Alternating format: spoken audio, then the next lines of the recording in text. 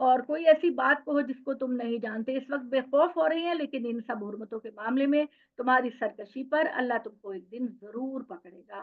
اس لیے کہ ہر قوم کے لیے ایک وقت مقرر ہے اور پھر جب اس کی مدت پوری ہو جاتی ہے تو اس قوم کو ایک لمحے کی مہلت نہیں دی جاتی.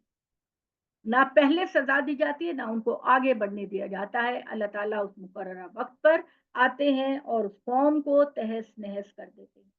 اے آدم کے بیٹو، جب میں تم کو زمین میں اتار رہا ہوں تو تمہارے اندر میرے پیغمبر آئیں گے، تم کو میری آیتیں سنائیں تو ان کی باتیں ماننا. اس لیے کہ جو خدا سے ڈرے انہوں نے اپنی اصلاح کر لی اور ان کے لیے نہ تو کوئی خوف ہوگا اور نہ ہی دنیا میں کوئی غم کا موقع. اس کے برخلاف جنہوں نے ہماری آیتوں کو جھٹلایا، غرور کیا، اس سے منہ موڑ لیا، وہی لوگ دوزخ میں جائیں گے، اس میں ہمیشہ رہیں گے.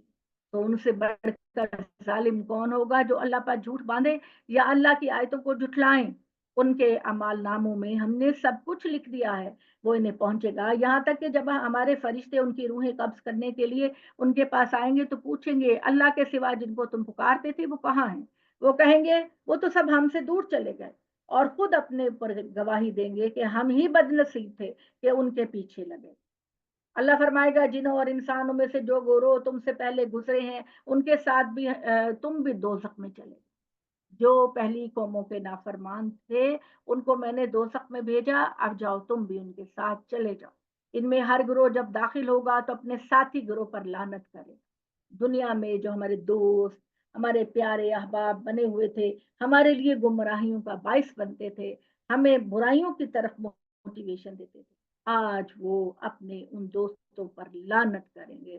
ہائے کاش وہ میرا دوست نہ ہوتا، میں نے اس کی بات کو نہ سنا ہوتا، میں اس کے ساتھ غلط کاموں میں نہ ہوتا. یہاں تک کہ جب سب وہاں جہنم میں اکٹھے ہو جائیں گے تو ان کے پچھلے اگلوں کے بارے میں کہیں گے پروردگار یہی ہیں جنہوں نے ہم کو گمراہ کیا، یا اللہ اب ان کو آگ کا دوسرا عذاب، کینہ، بغض، نفرت اس دن پیدا ہو جائے گی دلوں میں. اور وہ کہیں گے اللہ تعالیٰ ان لوگوں نے گمراہ کیا تھا، ان کو ڈبل عذاب ہے. اللہ کہے گا تم سب کے لیے ڈبل عذاب ہے مگر تم نہیں جانتے. اس پر اگلے پچھلوں سے کہیں گے کہ تو تمہیں بھی ہم پر کوئی فضیلت نہیں ہوئی، سو چکو اپنے کیے کی پاداش میں عذاب کا مزہ. یہ قطعی ہے کہ جنہوں نے ہماری آیتوں کا انکار کیا، تکبر کیا، ہماری آیتوں سے منہ موڑا، ان کے لیے آسمان کے دروازے نہیں کھولے جائیں گے، وہ ہرگز جنت میں داخل نہیں ہوں گے یہاں تک کہ اونٹ سوئی کے ناکے سے نہ گزر جائے. یعنی اللہ تعالیٰ کہتے ہیں کہ تکبر اور غرور کرنے والا انسان کبھی بھی جنت میں نہیں جائے گا، کیونکہ اس سے وہ خدا کے مقابلے میں اکڑتا ہے. اور تکبر اور بڑائی صرف اللہ کے لیے. ہم تو گارے مٹی کے پتلے ہیں، ہماری کوئی حیثیت نہیں. تو ساری عظمت اور بڑائی اللہ کی ہے اور اسی میں ہمارے لیے فائدہ ہے کہ ہم اللہ کو اپنا آقا مان کر زندگی گزاریں. ان کے لیے جہنم کے اندر ٹھکانے ہیں اور ان کے لیے اوپر سے آگ کو اڑا دیا جائے گا. ان کے جسم پر بھی آگ کا بچھونا اور اوپر سے جو چادر اور لحاف ان کو دیا جائے گا وہ بھی آگ کا ہوگا. لو ہم ظالموں کو اسی طرح سزا دیتے ہیں. اس کے برخلاف جو لوگ ایمان لائے اور جنہوں نے اچھے کام کیے، ہم اس باب میں کسی جان پر اس کی استطاعت سے زیادہ بوجھ نہیں ڈالتے. وہی جنت کے لوگ ہیں، وہ اس میں ہمیشہ رہیں گے اور ان کے دلوں سے ہم ہر رنجش کو نکال دیں گے. یعنی جنتی لوگ ہیں لیکن دنیا میں ایک دوسرے سے گلا شکوا رہا، ناراضگی رہی، معاملات خراب رہے، غلط فہمیاں رہیں. اللہ کہتے ہیں کہ جب یہ جنت میں پہنچ جائیں گے تو ہم ان کے دلوں کو صاف کر دیں گے. ہر طرح کی رنجش، دکھ، تکلیف ایک دوسرے کے لیے وہ ہم ان کے دلوں سے نکال دیں گے اور یہ بڑے محبت کرنے والے مومن بن جائیں گے. ایک دوسرے کے سامنے بیٹھ کر خوب اللہ تعالیٰ کی نعمتوں کو دیکھ کر اسے فائدہ اٹھائیں گے. اس کے بعد اللہ نے کہا کہ ہاں، حقیقت یہ ہے کہ ہمارے پروردگار کے بھیجے ہوئے رسول بالکل سچی بات لے کر آئے. اس وقت انہیں آواز آئے گی یہی ہے جنت، آؤ تشریف لاؤ اپنے ان اعمال کے بدلے میں جو تم دنیا میں کیا کرتے. سمجھ آ گئی؟ کسی کا ریفرنس نہیں کام آئے گا، کسی کا ریفرنس، باپ کا ریفرنس بھی کام نہیں آئے گا. ماں راتوں کو اٹھ کے تہجد کی نمازیں پڑھتی تھی، دعائیں کرتی تھی، اس کا ریفرنس بھی کام نہیں آئے گا. اللہ کہے گا سارے پیچھے ہٹ جاؤ، ہٹ جاؤ، بٹ اس کو آج اس کو میرے سامنے آنے دو. آج میں پوچھتا ہوں کہ کس بنا پر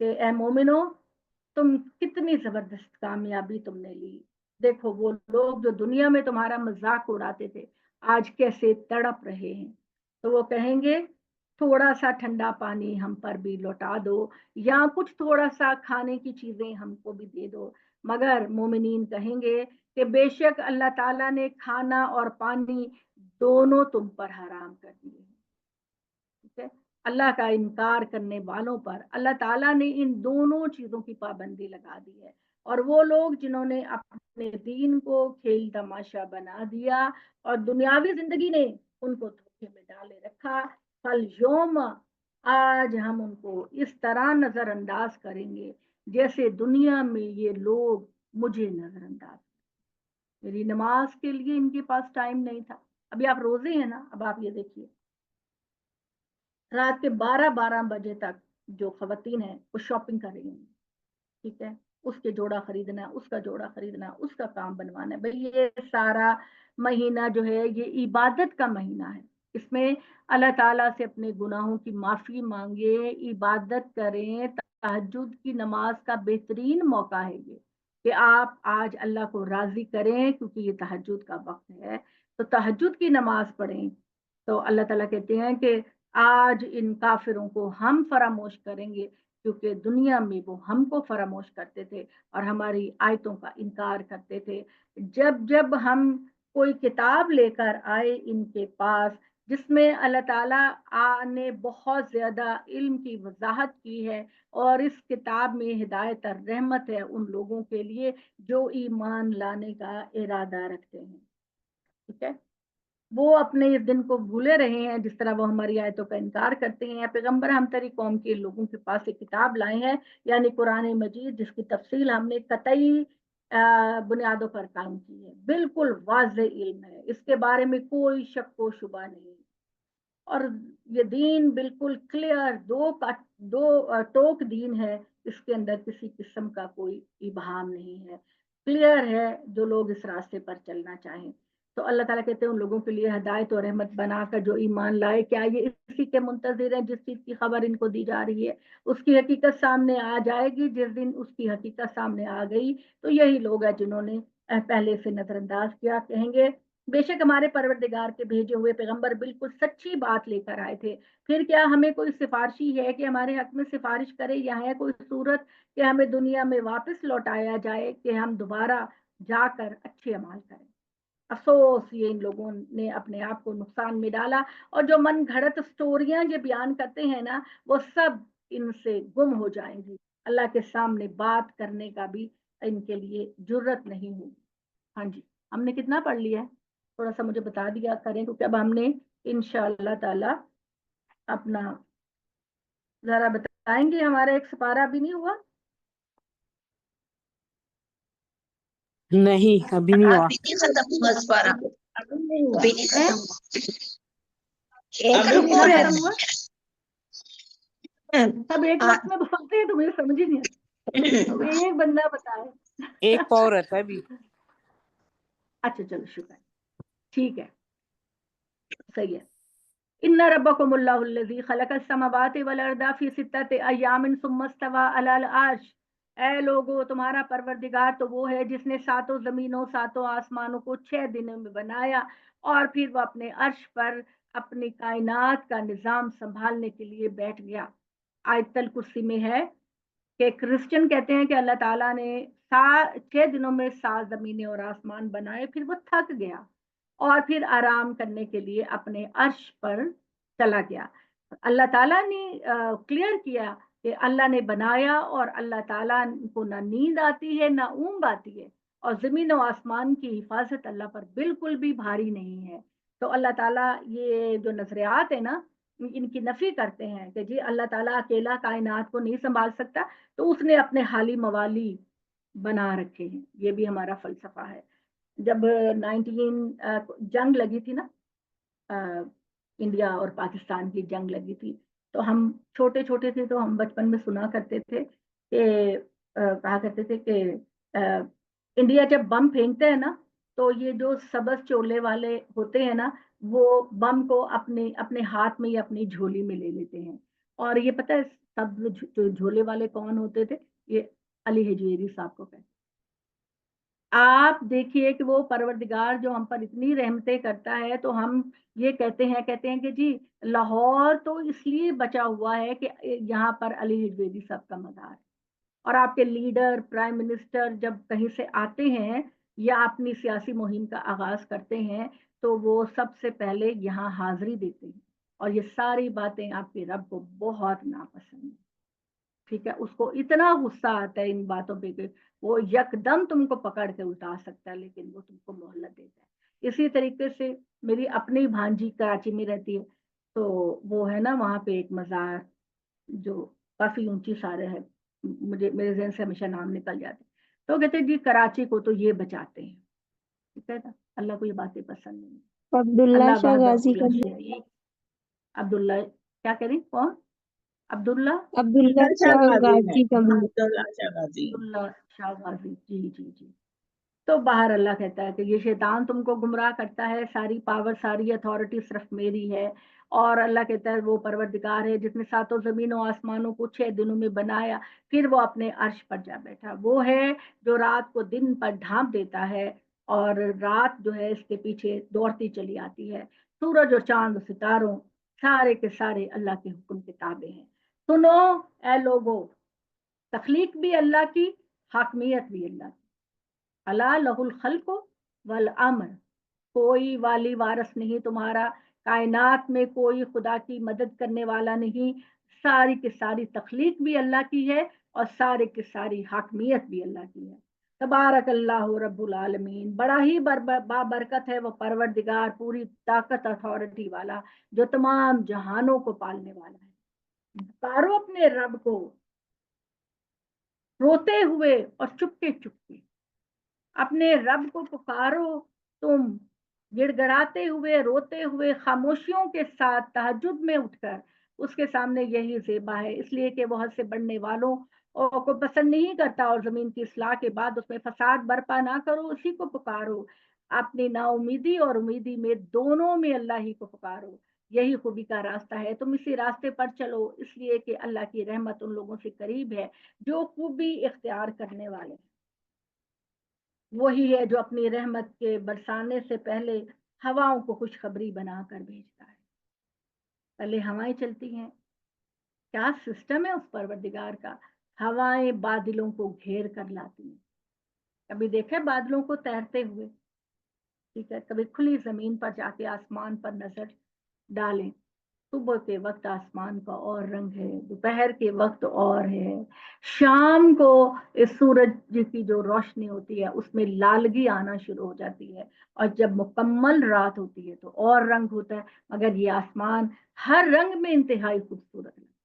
کبھی آپ میں سے کسی نے یہ بات کہی ہے کہ روز ایک ہی طرح کا آسمان دیکھتے ہیں، اللہ کو چاہیے اس کا رنگ تبدیل کر دے۔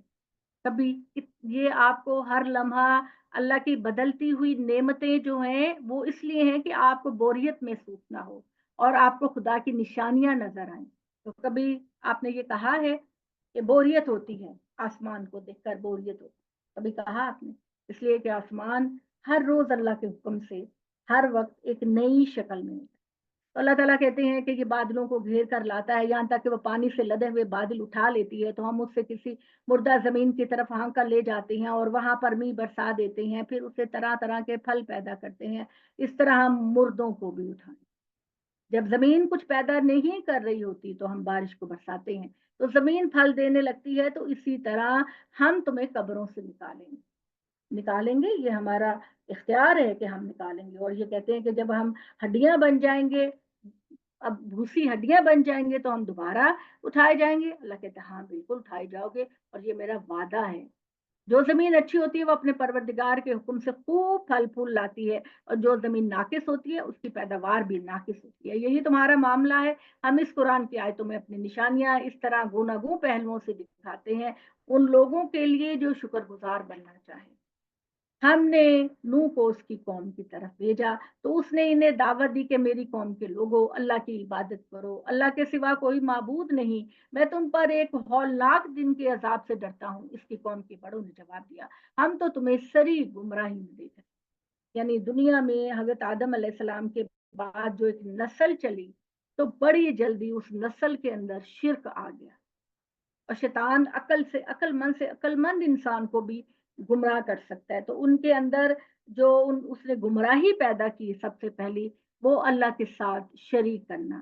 تو اللہ تعالیٰ نے اپنے نبی حضرت نوح علیہ السلام کو بھیجا، جو 950 سال تک اپنی قوم کو ہدایت دیتے رہے. 950 سال، آپ سوچئے کتنی عمر ہے. اجالے میں، تاریکی میں، اکیلے میں، چپکے چپکے ہر طرح اپنی قوم کو بچاتے تھے کہ آ جاؤ، شرک چھوڑ دو، گندے اعمال چھوڑ دو، ورنہ تم پر خدا کی سزا آئے. تو سرداروں نے کہا اس کی قوم کے، اے نو جا جا، ہم سے ٹاکرا نہ کر، ہم تو خود دیکھتے ہیں کہ تو خود گمراہ ہے. نو نے کہا ہے میری قوم کے لوگوں، مجھے کوئی گمراہی لاحق نہیں ہے، میں اللہ کا رسول ہوں جو تمام جہانوں کا رب ہے. اس نے مجھے اس مشن پر بھیجا ہے کہ میں جاؤں اور تمہیں شیطان کے حملوں سے بچاؤں. میں تم پر جو پہنچاتا ہوں وہ میرے رب کا پیغام ہے، اور میں تمہارا بڑا ہی خیر خواہ ہوں، اور میں اللہ کی طرف سے وہ سارے علوم جانتا ہوں جو تم نہیں جانتے. مجھے اللہ تعالیٰ نے وہ علوم دیے ہیں جو تمہارے پاس نہیں. تمہیں اس بات پر اعتراض ہے کہ تمہارے پاس تمہارے اندر ہی میں سے ایک پیغمبر خدا کا ذکر لے کر آیا ہے تاکہ وہ تم کو ڈرائے اللہ کے عذاب سے، اور تاکہ تم متقی بن سکو، پرہیزگار بن سکو، اور تم پر رحم کیا جائے. چنانچہ نوح کی قوم کے سارے لیڈروں نے ان کا انکار کر دیا. چنانچہ ہم نے اس کو بچا لیا، اور ہم نے کہا کہ جاؤ تم کشتی بناؤ، تم اور تمہارے ساتھ مومنین اس کشتی میں سوار ہو جاؤ، کیونکہ باقی جتنے بھی لوگ ہیں جو اس کشتی میں نہیں ہوں گے ان سب کو ہم نے پانی میں غرق کر دینا. تو ہم نے ان جھٹلانے والوں کو، جنہوں نے ہماری آیتوں کا انکار کیا، پانی میں غرق کر دیا. اور یہ وہ لوگ تھے جو اندھے بن کر زندگی بسر کر رہے ہیں. جو انسان آنکھیں رکھتے ہوئے حقیقت کو نہ دیکھے وہ اندھا ہے، وہ اندھے تھے.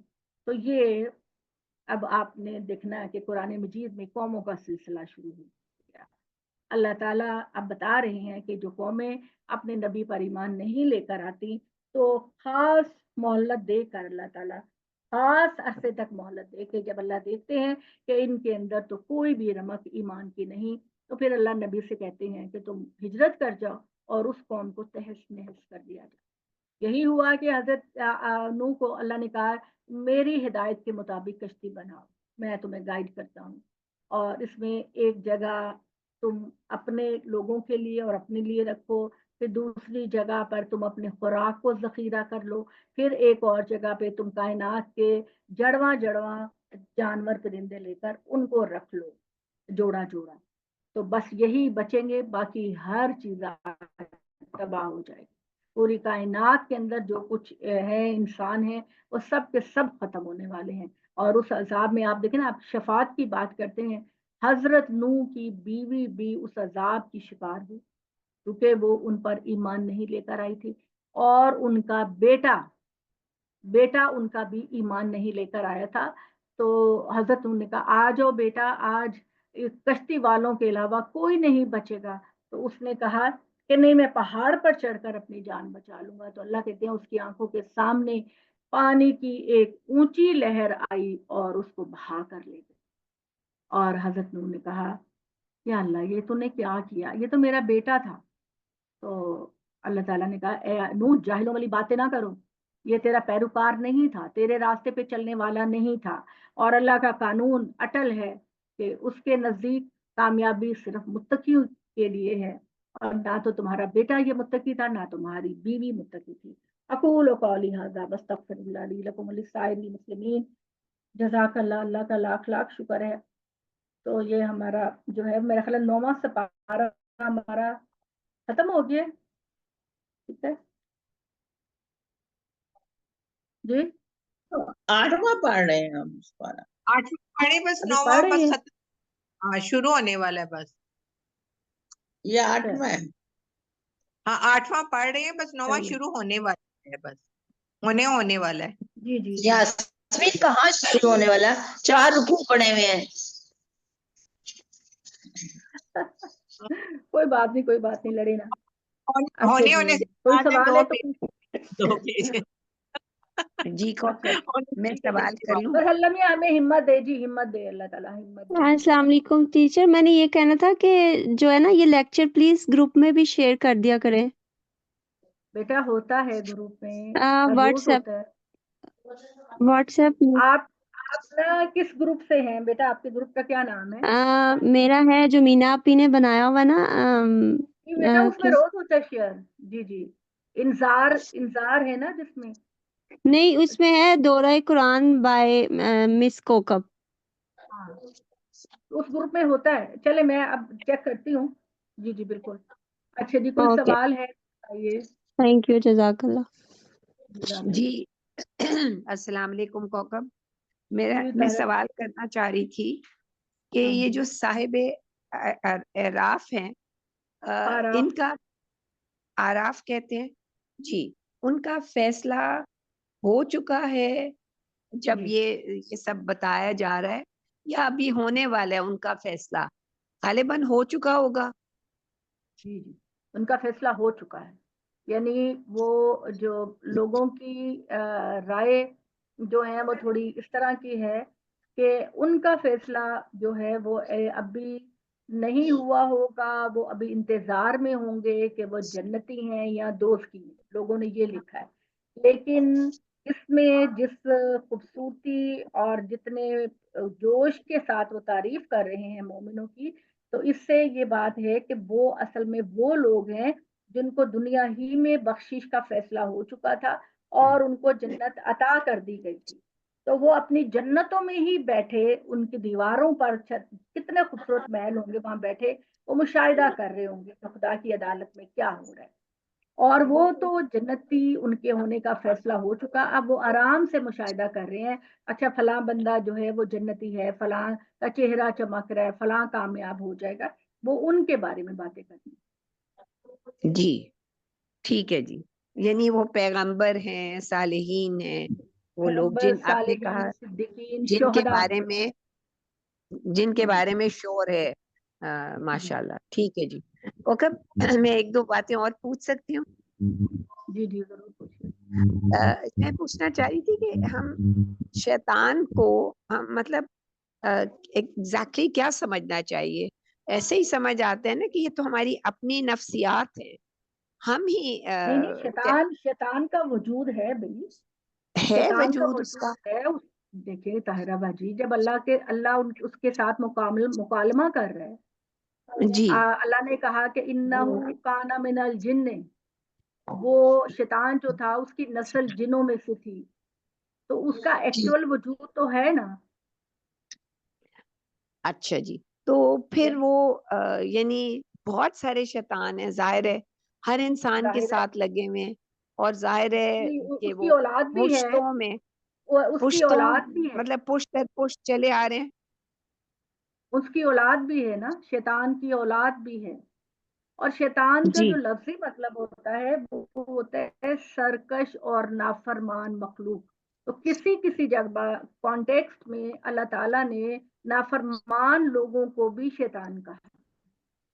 لیکن جہاں ہم مکالمہ پڑھ رہے ہوتے ہیں نا، مکالمہ کہ شیطان نے یہ کہا، شیطان نے یہ کہا، تو وہاں وہ ابلیس ہے مراد. ہاں جی وہاں پر جی اب یہ کہ وہ جنت میں گیا، اس نے آدم اور حوا سے کہا کہ تم اس درخت کا پھل کھا لو تاکہ تمہیں ہمیشہ کی زندگی ملے. تو یہ ایکچوئل اس کا وجود ہے. یہ آیتیں یہ ٹھیک ہے بتا جی. رہی ہیں وہ ان کے اندر کی آواز نہیں تھی، وہ شیطان آ کے ان کو گمراہ کر، کہ جس نے یہ ٹھیک ہے چیلنج کر رکھا ہے کہ اللہ میں تیری مخلوق میں سے ایک بڑی تعداد کو ہتھیار لوں گا. تو ایکچوئل جی. تو اس کا وجود ہے. تو وہ ظاہر ہے کہ وہ تو ہمیشہ نہیں نا اس نے رہنا تھا. تو آپ جیسے بتا رہی ہیں کہ وہ پھر پشت در پشت ہیں، یہ چلے آ رہے، وہ تو شیطان اوریجنل والا تو نہیں ہوگا نا، اب اس کی اولاد سے اس ہوگی نے نا. یہ یہ کہا تھا طاہرہ باجی، کیا ہو گیا آپ کو؟ اور اللہ سے اس نے کہا نہیں تھا کہ مجھے قیامت تک کے لیے مہلت دینا. جی. تو اس پھر نے اللہ وہی سے کہا ایک تھا شیطان ہے، نہیں، وہ ایک ایک ہی نہیں ہے شیطان ہے. طاہرہ باجی، اس کی اولاد اور اس کی ذریت ہے. یہی ابھی ایک ہی آپ نے ایک آیت شیطان ہے جی. پڑھی، شیطان اور اس کی ذریت یعنی اس کے فالوورز تم کو وہاں سے دیکھتے ہیں انسانوں، جہاں سے تم ان کو نہیں دیکھ سکتے. ٹھیک ہے, یعنی شیطان اور اس کی جو فالوورز ہیں, اس کی جو ذریت ہے, جو اس کے فالوورز ہیں, وہ ہمیں گمراہ کرنے کے لیے وہ راستے اختیار کرتے ہیں جس کا ہمیں پتہ بھی نہیں. ٹھیک یہ اللہ تعالیٰ نے فرمایا. جی. اور کوکب سوری ایک سوال اور ہے کہ وہ رزق کا وعدہ تو اللہ نے کیا ہوا ہے نا, کہ رزق دینے والا وہی ہے. ہاں جی, تو جو لوگ مطلب بھوکے مرتے ہیں, مطلب اللہ نے ایگزیکٹلی کیا وعدہ کیا ہوا ہے رزق کے معاملے میں؟ یہ دنیا میں تو یہی کیا ہوا ہے نا کہ اللہ تعالیٰ کسی کو دے کر آزمائے گا اور کسی سے لے کر آزمائے گا. جی یہ سلسلہ تو چل رہا ہے کہ کچھ لوگ جو ہیں وہ ایک وقت میں ایک سٹیج پر, کچھ لوگ بہت آگے ہوتے ہیں اور کچھ بہت پیچھے ہوتے ہیں, اور اگلے مرحلے میں پیچھے والے آگے نکل جاتے ہیں, آگے والے پیچھے آ جاتے ہیں. تو یہ اللہ تعالیٰ کی آزمائش کا سلسلہ چل رہا ہے. وہ اس کی آزمائش ہے, کسی کو دے کر آزماتا ہے, کسی سے لے کر آزماتا ہے. اور جن سے لے کر آزماتا ہے ان کی ذمہ داریاں اپنے کھاتے پیتے لوگوں کے کندھوں پہ ڈالی گئی ہیں کہ آپ ان کو دیکھیں اور آپ جا کے ان کی ضرورتوں کو پورا کریں.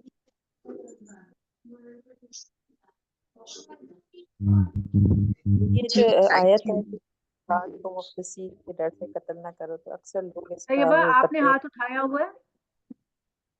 جی میں پوچھ رہی ہوں, یہ جو آیت ہے کہ اپنی اولاد کو مفلسی کے ڈر سے قتل نہ کرو, تو اکثر لوگ اس کو پھر فیملی پلاننگ سے ریلیٹ کرتے ہیں, تو یہ ایسے ہی ہے؟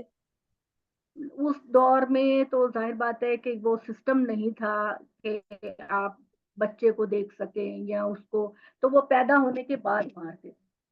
اس زمانے میں تو یہ چیز نہیں تھی نا کہ آپ نے الٹرا ساؤنڈ کرایا یا آپ کے بچے زیادہ ہیں تو آپ پیٹ میں اس کو کروا لیں. اس زمانے میں بچے کو پیدا ہوتے ہی وہ کر دیا کرتے تھے, لیکن موسٹلی خواتین کو کرتے تھے, لڑکیوں کو کرتے تھے, تاکہ وہ ہماری ذمہ داری نہ بنے, کیونکہ وہ تو گھروں میں رہتی ہیں, بس کھاتی پیتی اور بنتی سنورتی ہیں, تو ہاں ہمارے گھر بیٹے ہونے چاہیے. تو آج کل کے دور کے اندر اس قانون کی اپلیکیشن یہاں پر ہوگی کہ اگر تو ہمارے فقہا کہتے ہیں کہ 3 مہینے جو ارلی 3 مہینے ہوتے ہیں, اس میں بچے میں چونکہ جان اور روح نہیں آتی, تو اگر کوئی ایسی وجہ ہے تو آپ اس کو ابورٹ کرا سکتے ہیں, لیکن بغیر کسی وجہ کے آپ نہ کرائیں, اگرچہ کروا سکتے ہیں. لیکن 3 مہینے کے بعد جب روح آ جاتی ہے, جسم میں جان آ جاتی ہے, پھر کوئی بھی وجہ ہو آپ بچے کو ماں کے پیٹ میں نہیں مار سکتے, الا یہ کہ ڈاکٹر یہ بات کہہ دے کہ جو بچے کی ماں ہے اس کی زندگی کو خطرہ لاحق ہے, اگر یہ بچہ پیٹ میں رہے گا تو ماں کی زندگی کو. تو یہ ڈاکٹر کی اوپینین پر آپ یہ سٹیپ لے سکتے ہیں. اپنی خواہش پر اوہو 6 بچے پہلے ہیں, ایک اور آ گیا, چلو اس کو ضائع کرا دیتے ہیں, یہ آپ نہیں کر سکتے, اس کی اجازت آپ کو نہیں, الا یہ کہ کوئی ریزن ہو, کوئی وجہ ہو کہ آپ جو ہیں وہ ماں کی زندگی کو خطرہ ہے یا کچھ اس طرح کا پرابلم ہے, تو تب آپ ایسا کر سکتے ہیں نہ چاہتے ہوئے. ادروائز 3 مہینے کی پریگننسی کے بعد آپ ہاتھ بھی نہیں لگا سکتے. ایون یہ کہ بچہ اگر جان پڑ گئی ہے اور بچہ خدا نہ کرے کسی کا ناجائز بچہ ہے یا بچہ کوئی بیماری لے کر آ رہا ہے, تو 3 مہینے سے پہلے تو آپ کوئی ایکشن کر سکتے ہیں. 3 مہینے کے بعد اب جو کچھ بھی ہے وہ آپ کو فیس کرنا ہے. اچھا ایسے ہی کرنا ہے, ایسے کیا کرنا ہے. جی چلیے. ہاں جی, کوئی اور؟ چلیں جی دعا کر لیتے ہیں, بہت دیر ہو گئی ہے. ایسے ہی کرنا ہے.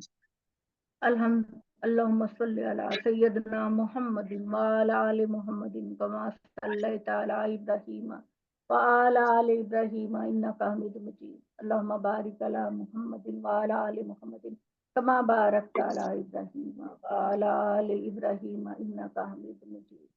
ربنا ظلمنا أنفسنا وإن لم تغفر لنا وترحمنا لنكونن من الخاسرين. ربنا لا تحملنا ما لا طاقة لنا به واعف عنا واغفر لنا وارحمنا أنت مولانا فانصرنا على القوم الكافرين.